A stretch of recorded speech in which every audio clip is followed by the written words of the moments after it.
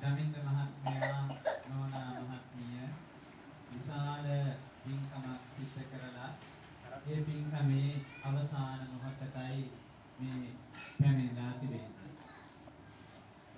අපිට මතකයි අපි ගිය අවුරුද්දේ කටක පින්කමට සහභාගී වෙච්ච වෙලාවේ මහත්මයා මතක් කර හිටිය හාමුදුරුවනේ ලබන අවුරුද්දේ කටන පින්කම කරන්නේ අපි ඒ නිසා හාමුදුරන් වහන්සේලා වැඩම කරන්නට ඕන කියලා. ඇත්තටම අපේ වජිරබුද්ධි හාමුදුරන් වහන්සේගේ අවවාද අනුශාසනා යටතේ මේ පින්කම පුදුම ලස්සනට සිද්ධ කෙරුණා කියන එක අපිට හොඳටම පේනවා. ඒ වගේම දමින්ද මහත්මයාටත් නෝනා මහත්මියටත් ගොඩාක්ම සන්තෝෂ වෙන්න පුළුවන් දවසක් තමයි අද ජීවිතේ පින්කම් අපි කරනවා. නමුත් මේ කටින පින්කමක් අපිට කරන්න ලැබෙන්නේ අපේ ජීවිත කාලය මුළුල්ලේම එකක් වෙන්නට පුළුවන්. ඒ වගේම මහත්මයාත් නෝනා මහත්මියත් කල්පනා කරා මේ සැරේ කටින සිවුර මහානම පූජා කරන්නට ඕන කියලා. ඉතින් ඒ කාරණා අංග සම්පූර්ණ වුණා. මුලින්ම අපි සඳහන් කළේ මහත්මයා මේ පින්කම බොහොම උනන්දුවෙන් ඒ වගේම බොහොම ගෞරවයෙන් යුක්තව සිද්ධ කරනවා කියලා. අපේ වජිරබුද්ධි හාමුදුරුව අපිට මතක් කර හිටියා කවදාවත් නැතුව මේ වස්තුම් මාසයේම මේ විහාරස්ථානයේ අටවිසි බුද්ධ පූජාව පැවැත්වුවා කියලා. 3 මාසයක්ම දිනපතා. ඉතින් මේ පින්වත්න්ට සතුටු වෙන්න පුළුවන් තවත් කාරණයක් ඒක තමයි. ඒ වගේම මහත්මයා වස්සාරාධනා කරන වෙලාවේ ආරාධනා කරන්නදී අපි සිව්පසේම මහා සංඝයා වහන්සේට උපස්ථාන කරලා වස්තුම් මාසයක් කියතන මේ වගේ කඨින චීවර පූජාවක් කරලා මේ පින්කම අවසන් කරනවා කියලා.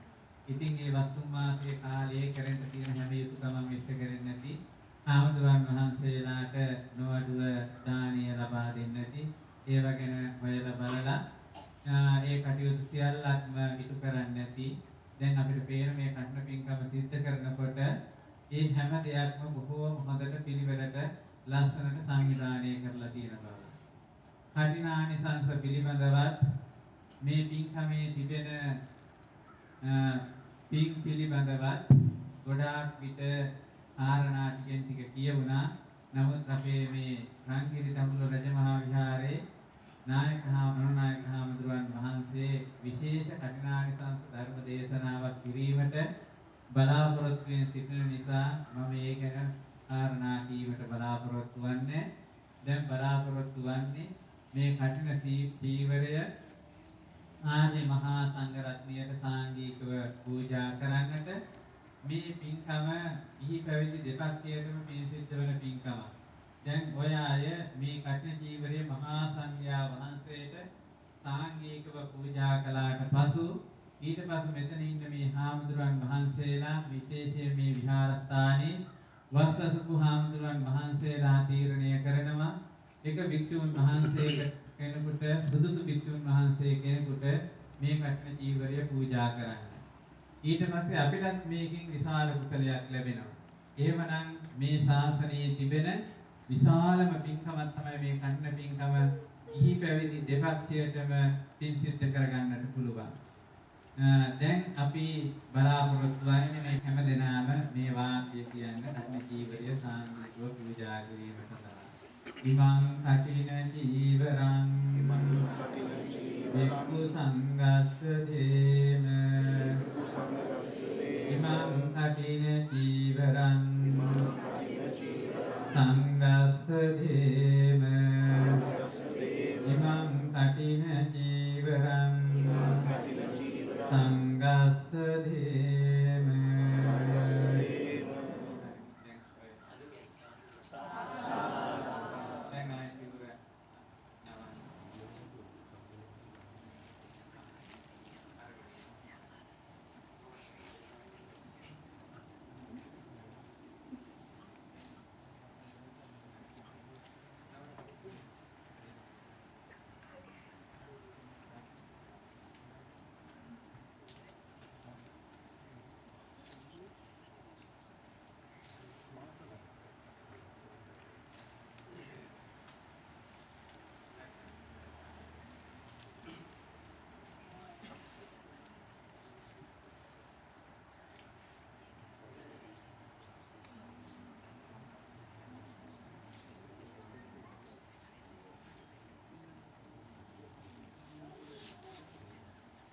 දැන් මේ පිළියෙල කරපු සකස් කරපු කඨින චීවරය පොදුවේ මහා සංඝයා වහන්සේට සාංගිකව පූජා කළා. දැන් ඊට පස්සේ මේ මහා සංඝයා වහන්සේ තීරණය කරනවා කාටද මේ කඨින චීවරය පූජා කරන්න කියලා. විශේෂයෙන් මේ විහාරස්ථානයේ වස්සසතු හාමුදුරන් වහන්සේ නමකට පමණයි මේ කඨින චීවරය පිළිගැනීමට පුළුවන්. ඒ නිසා මේ විහාරස්ථානයේ හාමුදුරුවෝ දෙනම අපේ මේ වජිරපුත්ති හාමුදුරුවෝ වජිරපුත්ති හාමුදුරුවෝ කියන දෙනම වස්සසුවේ. ඉතින් මේ දෙනම තීරණය කරන්න ඕන කාටද මේ කඨින චීවරය පූජා කරන්න කියලා. ඒ දෙනම තමයි තීරණය කරන්නේ. වජිර බුද්ධිහාමුදුරුවෝ කියනවා වජිර බෝධිහාමුදුරන්ට කඨින චීවරය පූජා කරන්න කියලා.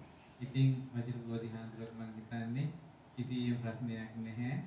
මේ විහාරස්ථානයේ වස්වසලා ඒ වගේම වස්තුන් මාසයේම මේ විහාරස්ථානයේ වැඩ සිටමින් මේ හැම කෙනාට මාර්ගයෙන් ධර්මයෙන් අනුශාසනා කරමින් උන්වහන්සේට ප්‍රවචන නැතුවේ වස්තුන් මාසයේම මේ විහාරස්ථානයේ ඉඳලා ඒ විනය කර්ම සියල්ලක්ම සිද්ධ කරලා සුදුසුකම් ලබනවා කඨින චීවරය ලබා ගැනීමට. සාමාන්‍යයෙන් කඨින චීවරයක් ලබන්නත් ලොකු පිනක් තියෙන්නට ඕනේ. ඉතින් උන්වහන්සේ ලොකු භාග්‍යයක් ඒ වගේම උන්වහන්සේ ගොඩාක් පින් කරලා තියෙනවා අද මේ කඨින චීවරය ලබා ගැනීම සඳහා. ඒ නිසා දැන් අපි නීත්‍යානුකූලවම විනය කර්ම මගින් ඒ උන්වහන්සේට කඨින චීවරය පැවරීමටයි බලාපොරොත්තු වෙන්නේ. ඒ කඨින චීවරය පැවරීමේ විනය කර්ම සිද්ධ කරන්නේ මේ අපේ මේ දඹුල්ලේ අනුනායක හාමුදුරුවෝයි ඒ කුරුණෑගල බයව රජ මහා විහාරයේ මේ මේදානන්ද හාමුදුරුවෝයි කියන දෙනම විනය කර්ම සිද්ධ කරනවා.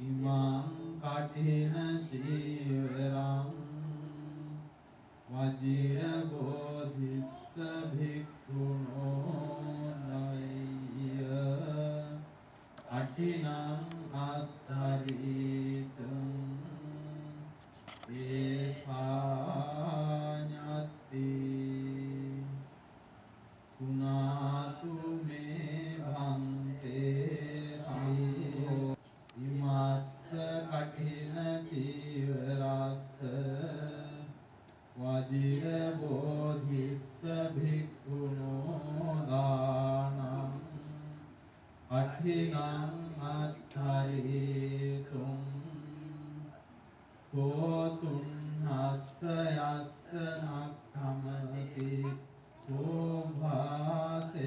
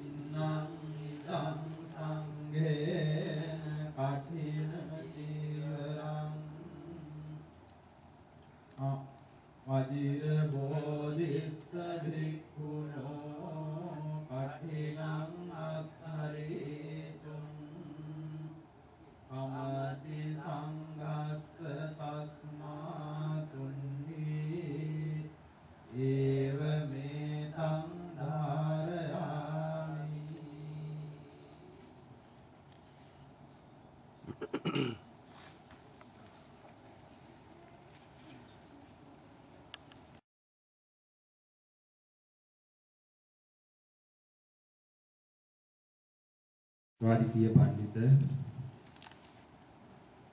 අඹුල්දෙණියේ උගුල්හඳේ කේමානන්ද නායක මහානිකායන් වහන්සේ ඒ වගේම පාමාකඩ ශ්‍රී මහා විහාරාධිපති අතිපූජ්‍ය පඬිත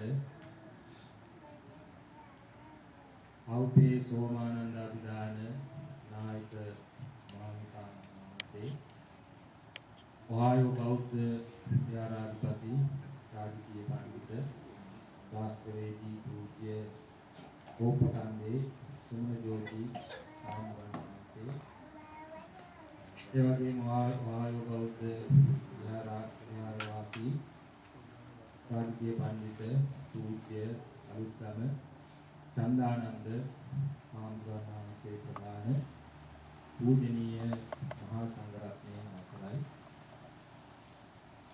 දමින්ද මහත්මයා සුමුදු නෝන මහත්මයා තම දෙමව්පියනුත් දූ දරුවනුත් ඒ වගේ මේ සියලුම පින්වතුනුත් කාලයක් තිස්සේ බලාපොරොත්තුෙන් හිටපු පින්කමක් තමයි මේ අවසන් වෙගෙන යන්නේ. එහි තාමත් වැදගත් කොටස තමයි මේ අවස්ථාවේදී කරේ පිළියෙල කරන්නට යෙදෙන ඒ කඨින චීවරය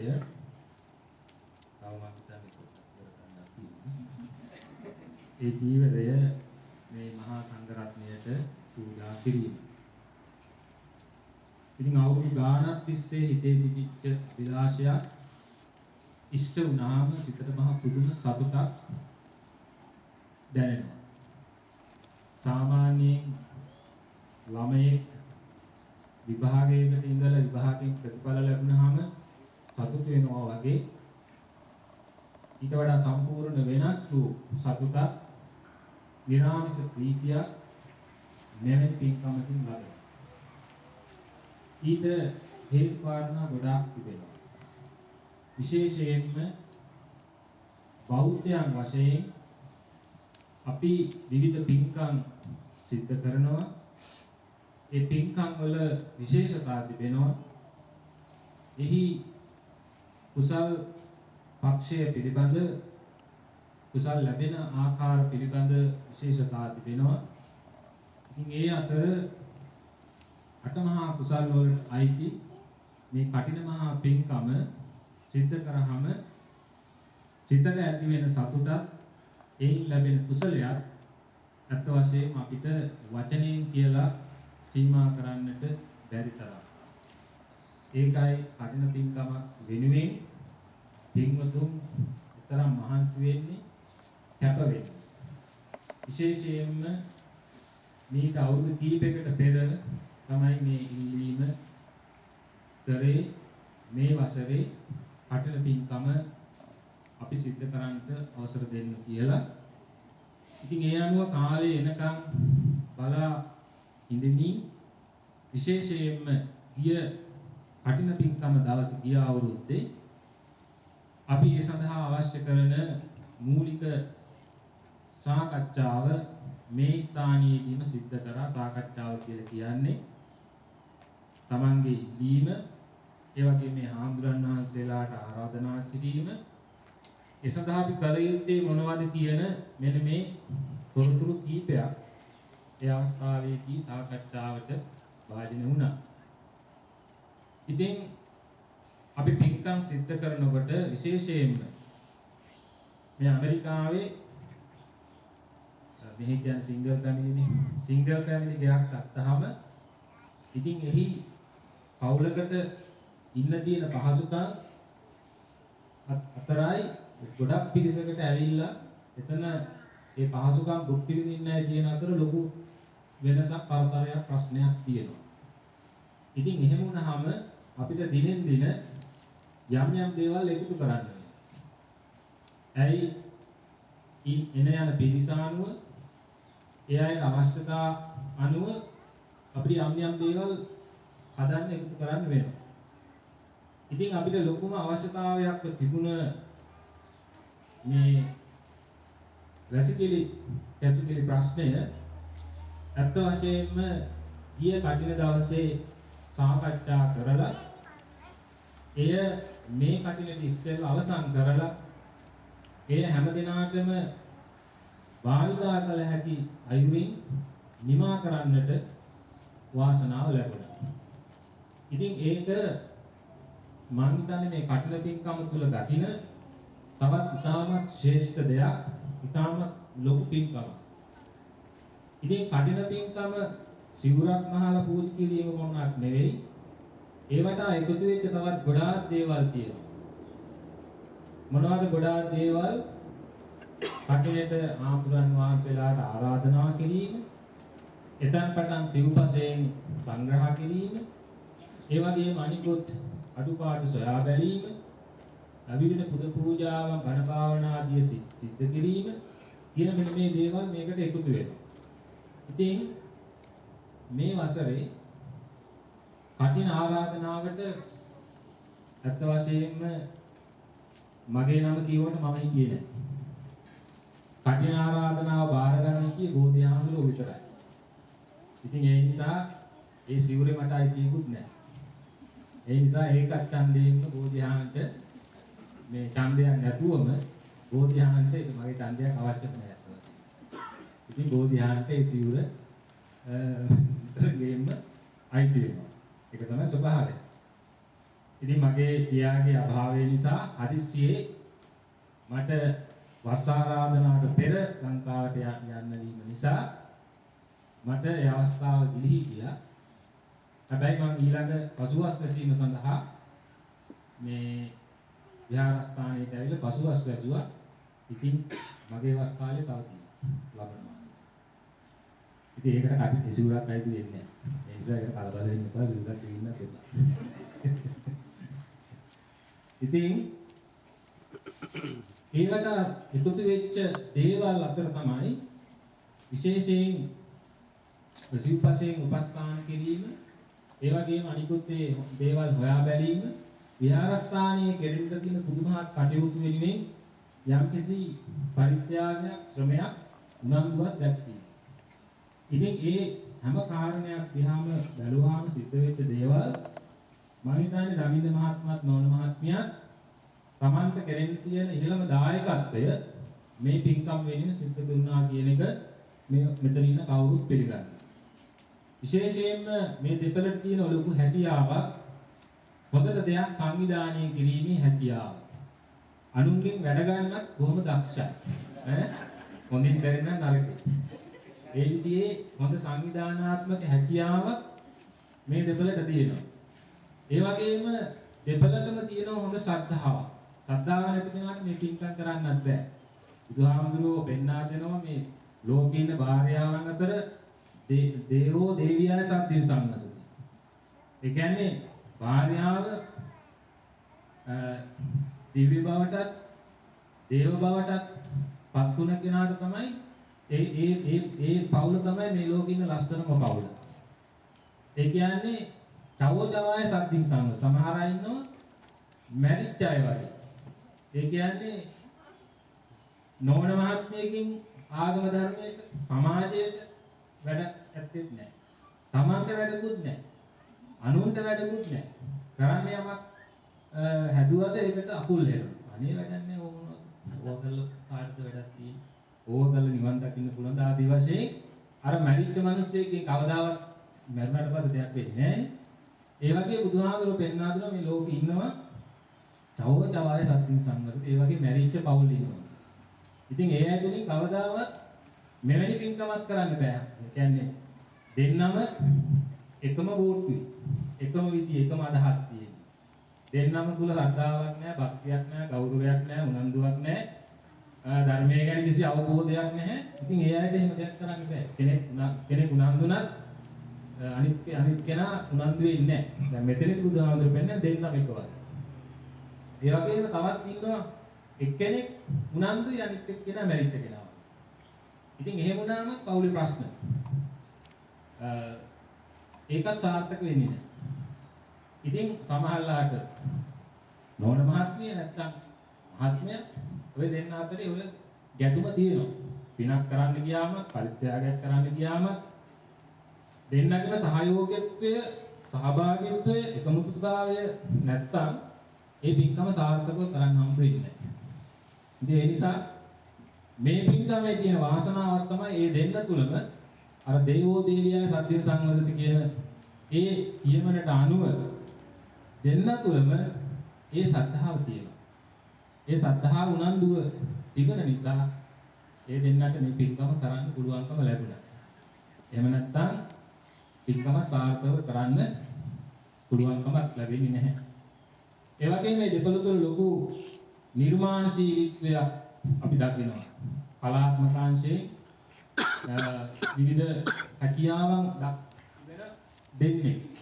ඉතින් ඒව ඔස්සේ මේ විහාරස්ථානයේ විශාල සේවාවක් පසුගිය කාලේ සිදු වුණා, විශේෂයෙන් මේ පුංචි දරුවන්ට ඒ නාට්‍යකරණයේදී ඒ වගේම භක්ති ගීත ආදී දේවල් වලදී ඒ දෙපළට කරන්න තියෙන ඉහළම සේවාව දෙපළ තුලින් වෙන්න ඕන ඉහළම සේවාව හැකියාවන් තුලින් කියා දීලා මේ වේදිකාව තුළ විවිධ ජාතක කතා ඉදිරිපත් කළා.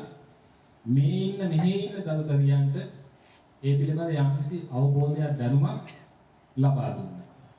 ඉතින් මේ හැම දෙයක්ම බැලුවහම අපි දකින්නේ දෙපළ තුලම තිබෙන තරම් වාසනා ගුණයක්. ඒ වගේම මම මුලින් කියාගෙන ආපු කතාව මේ විහාරස්ථානයට අවශ්‍ය වෙලා තිබුණු ඒ වැසිකිලි ප්‍රශ්නය निराකරණය කිරීම සඳහා දමිත මහත්මයාත් නෝන මහත්මියත් මූලික වුණා. ඒ වෙනුවෙන් මම හිතන්නේ සෑහෙන මහන්සි වුණා. ඒ කියන්නේ මේ දෙපළ එකට මූලික වුණා වගේම හැමදෙනාම ඒකට සහභාගී වුණා. දෙන්නේ මූලික වුණාට අනිත් අය සහභාගී වෙන්නේ නැත්තම් කෑම ඇදුවට ඒක ගන්න නැත්තම් ඉන්නන්නේ ඈ. ඉතින් ඒ නිසා කෑම හදුවා, එක එකට කෝල් කරා, ටිකට් හැදුවා, ටිකට් ගහලා විකුණා. ඉතින් කරන්න තියෙන ඊයම දේවල් කරන්න තියෙන හැම අංශයකින්ම මුදල් හොයලා කොහොම හරි අද මේ හැම කෙනාටම පහසුවෙන් භාවිතා කරන්න පුළුවන් විදිහට භාවිත කරන්න පුළුවන් විදිහට ඒ අවශ්‍යතාවයන් ඉෂ්ට කරගත්තා. මේ ඒක තාමත් වටිනා දෙයක්. අවශ්‍යයෙන් මේක මම හිතන්නේ මේ පින්කමේ මේ සිවුර ඉල්ලලා ගියාට පස්සේ සමහරලාට ඒ සිවුර අමතක වෙනවා. නමුත් ඔය දේ කරපු දේවල් කවදාවත් අමතක වෙන්නේ නැහැ. හැමදාම පාවිච්චි වෙනවා. හැමදාම පවතිනවා. ඉතින් ඒවා ඉතාමත් උතුම් විදියට අපි සලකන්නට ඕන. අපි කවුරුත් ඒ වගේ කරන්නට ඕන. ඒ වගේම තමත් හිතේ තිබිච්ච මේ පින්කමට සම්බන්ධ වෙච්ච ලොකු අදහසක් අටවිසි බුදු පූජාව හැමදාම කරන්න ඕනේ කියලා. ඉතින් අපි හිතුවා දැන් ඕකෙදී යෝජනා කරාට කවුද කරන්නේ? ඈ සමහරලාට ඒ දෙන්නටම ඉන්න වෙයිදෝ කියන හැඟීමක් තිබුණා. හැබැයි එහෙම උනේ නෑ. අත් වශයෙන් හැමදාම කවුරු හරි දෙන්න තුන්දෙනෙක් අඳ ගහගෙන හැමදාම හැන්දෑවේ 4 වෙනකොට දවසක් දෙකක් මොනවා හරි හේතුවක් නිසා එහෙම වෙන්නේ නැති. එහෙම නැතුව දිනපතාම වගේ අටවිසි බුදු පූජාව මේ විහාරස්ථානයේ සිදු වුණා. ඉතින් මේ ආන හාමුදුරුවෝ පුදුමයි.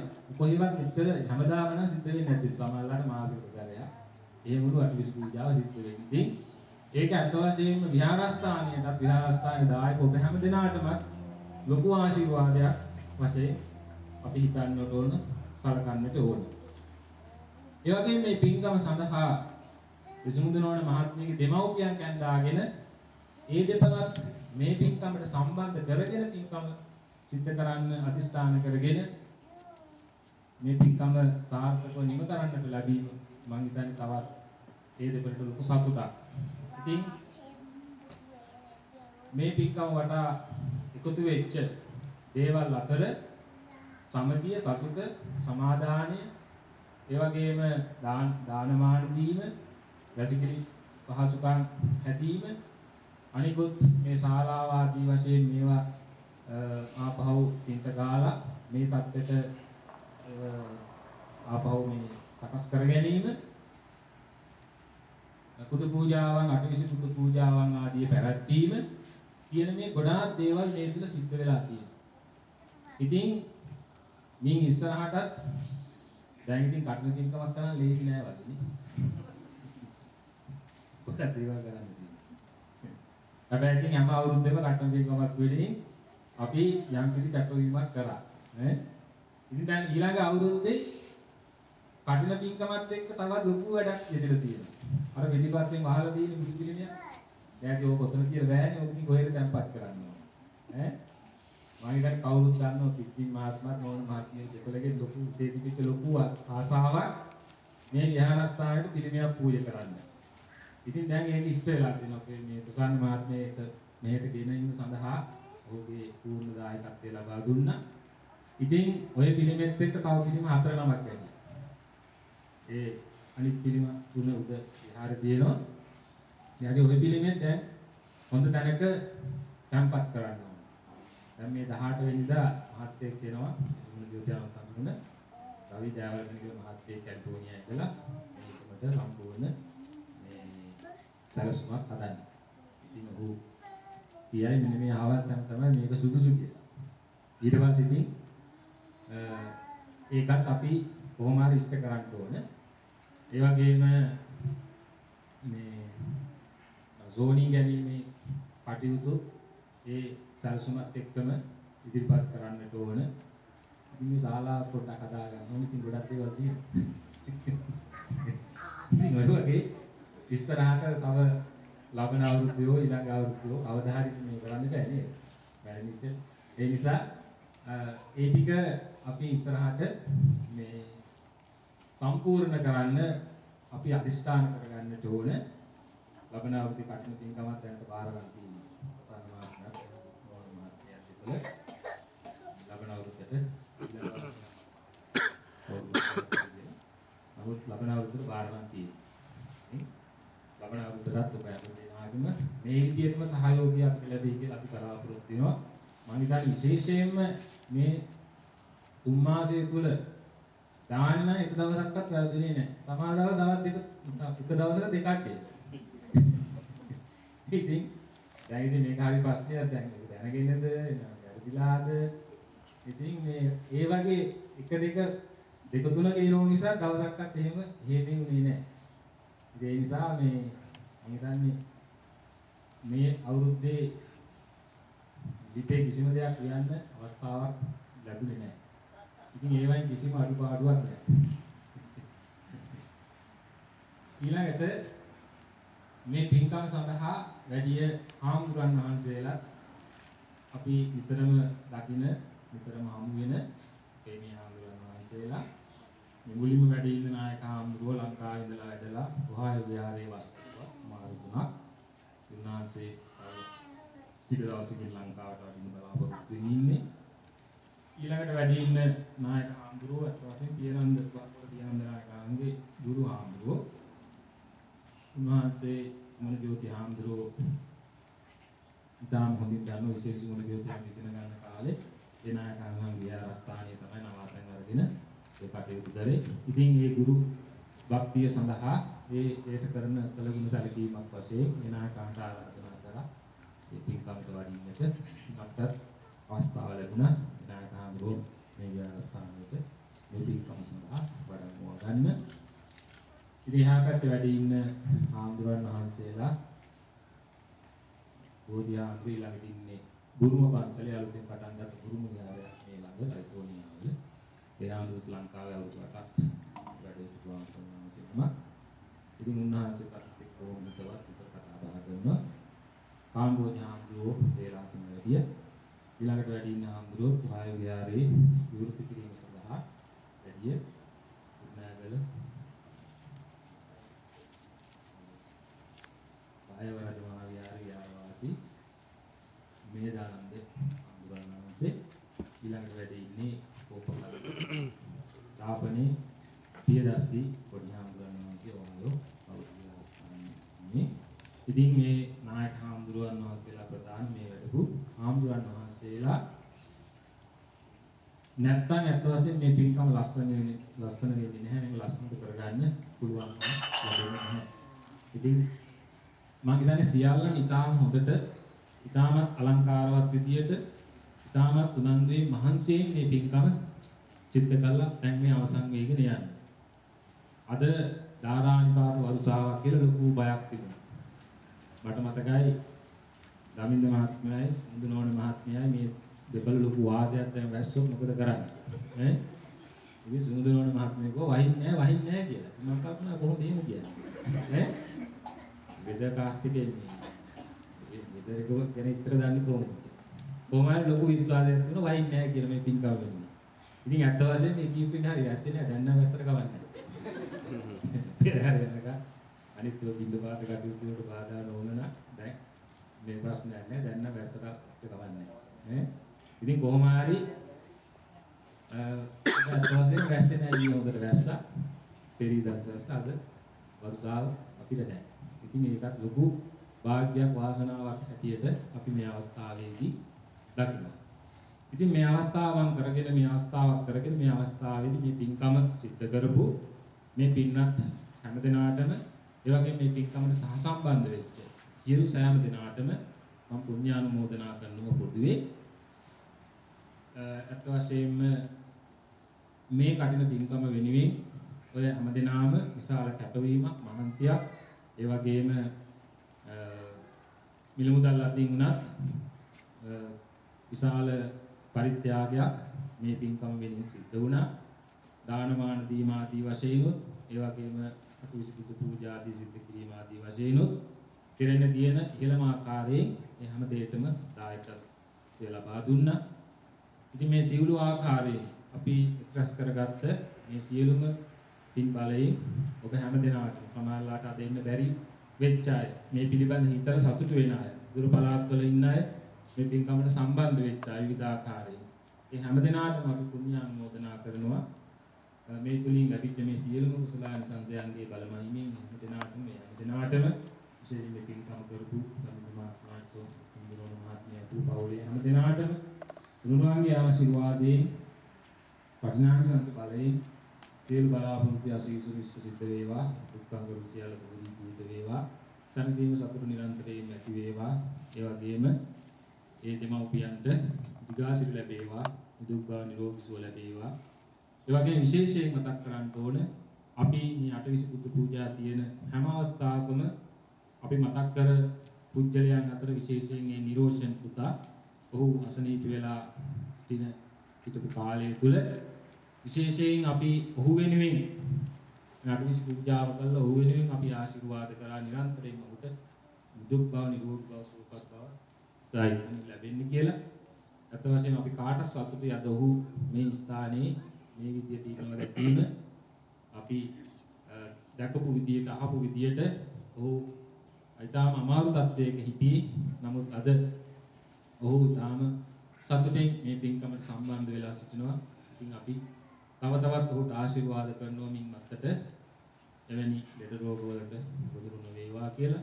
ඒ වගේම මේ හැම දිනාටම අපි ආශිර්වාද කරනවා එවැනි ලෙඩ රෝග වලට ගොදුරු නොවි ජීවත් වීමට වාග්ය වාසනාව හැම දිනාටම ඇති වෙන්න. අවසානයේ තුන් වූ නිවන් සුව අත් වේවා කියලා සාදු කියලා ප්‍රාර්ථනා කරලා මියගිය ඥාතීන් සිහිපත් කළ විශේෂ දමින්න මහත්මයාගේ දෙමව්පියා ඇතුළු යම් තරම් මිය පරලෝකීය මේ